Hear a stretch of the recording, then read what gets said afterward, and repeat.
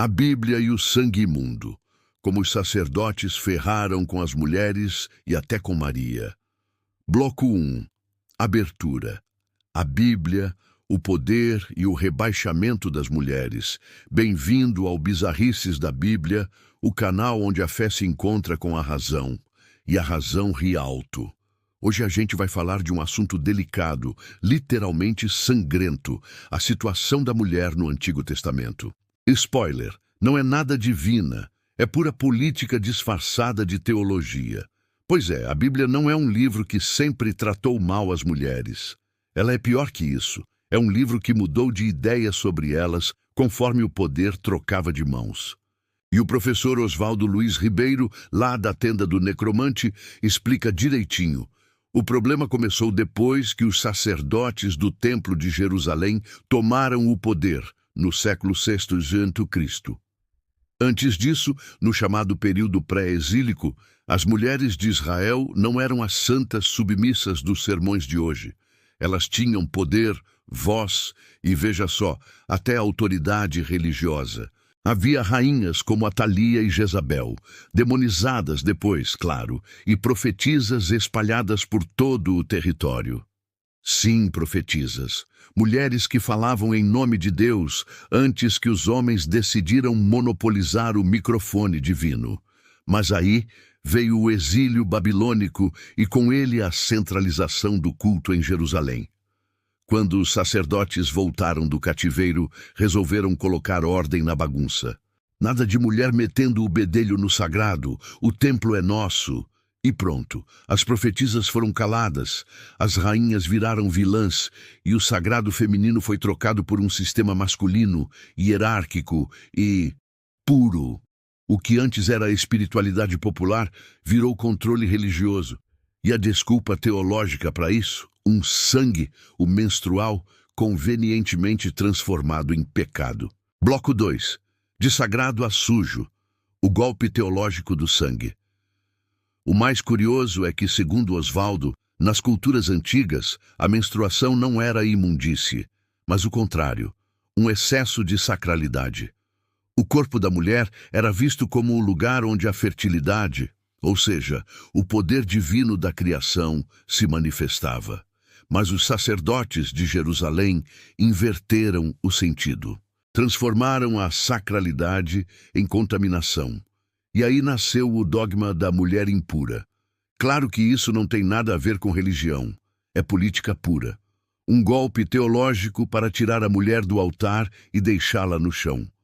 Como Oswaldo explica, os sacerdotes precisavam justificar porque só eles podiam tocar no sagrado. E nada mais eficiente do que dizer que as mulheres são impuras por natureza. O raciocínio é tão absurdo que chega a ser genial. Se o sangue menstrual é imundo, então toda mulher é imunda. E se toda mulher é imunda, então tudo que nasce de mulher é imundo também.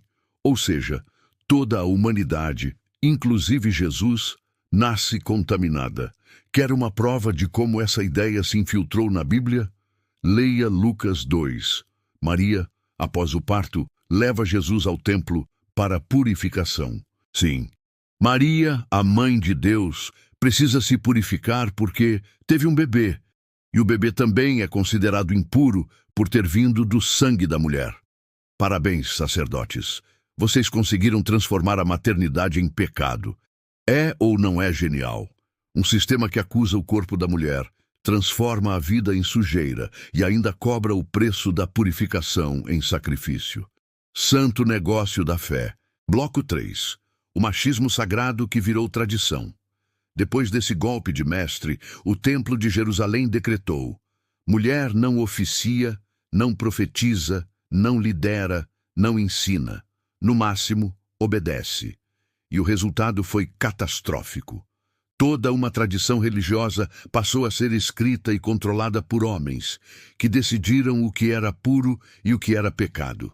A mulher, antissímbolo de vida, virou moeda de troca nas relações sociais e religiosas.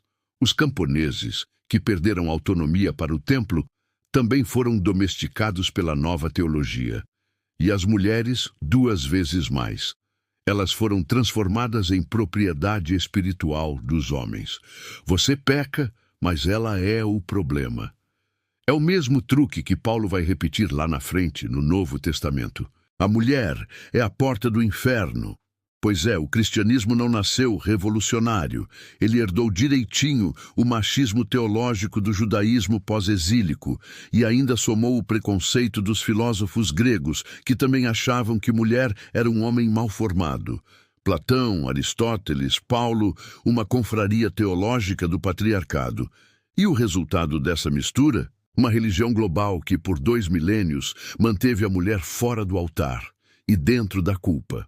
A culpa de sangrar, de desejar, de falar, de pensar e, claro, de ser mulher. Porque, afinal, se o sangue da vida é pecado, então viver é desobedecer.